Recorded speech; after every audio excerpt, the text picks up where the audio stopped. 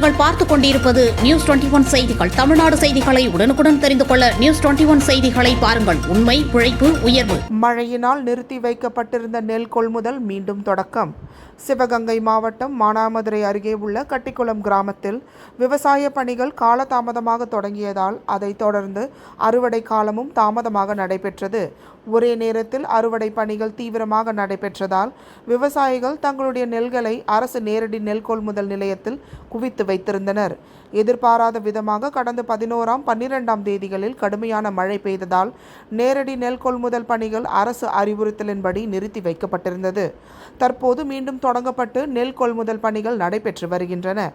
மேலும் அரசு நிர்ணயித்த விலையும் மற்றும் அரசு நிர்ணயித்த எடையுமே கடைபிடிக்கப்படுகிறது என்றும் நெல் மூட்டைகளை அடுக்கி வைப்பதற்கு முறையான கதிரடிக்கும் களங்கள் இல்லாததால் விவசாயிகள் சாலைகளிலும் வயல்வெளிகளிலும் வைக்கப்படும் சூழ்நிலை உருவாகுகிறது.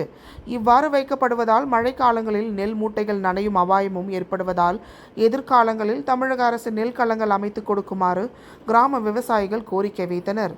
மேலும் பல்வேறு செய்தித்தாள்களில் மற்றும் டிவிக்களில் நெல் கொள்முதல் நிலையத்தில் அதிக அளவில் பணம் பெறுவதாகவும் அதிக அளவில் எடை வைத்து கொள்முதல் செய்ததாகவும் வைக்கப்பட்ட குற்றச்சாட்டிற்கு கட்டிக்குளம் விவசாயிகள் மற்றும் கிராமத்தினர்கள் முற்றிலும் மறுப்பு தெரிவித்துள்ளனர். நியூஸ் 21 செய்திகளுக்காக தினேஷ்குமார். ஓடிக்கிறது ஒரு வாரம் 4 நாள் மழைனால தேங்கி போச்சு. இப்போ அதெல்லாம் கரைச்சலாம் போயிருந்தாலும் தேங்கி போச்சு. இப்போ அதெல்லாம் பிரச்சனைலாம் ஓடிக்கிட்டு இருக்குது. கவர்மெண்ட் கொடுக்குற கட்டளை அப்படி தான் ஓடிக்கிட்டு இருக்குது. அதிகமெல்லாம் காசு வாங்கலை. சும்மா வேண்டாத ஒரு பற்றி பேசுகிறாங்க. இன்னும் 40 ரூபாய்க்கு மேலே எடுக்க மாட்டாங்க. அதெல்லாம் கரெக்டாக தான் எடுத்துக்கிட்டு இருக்காங்க. என் பேர் வீரசேகர். கட்டிக்குளம் லைவில் வேலை பார்க்குறேன். 13/2/2025 நெல் போட்டேன். 80 சிப்பம் போட்டேன். அரசாங்கம் என்ன விலை நிர்ணயித்துச்சோ அதே எடை தான். அதே மாதிரி அரசாங்கம் கொடுத்த தொகையை வச்சு தான் நாங்கள் ஓட்டுறோம். வேறு விவசாயிகிட்ட வந்து எந்த ஒரு இதுவும் வாங்கலாம்.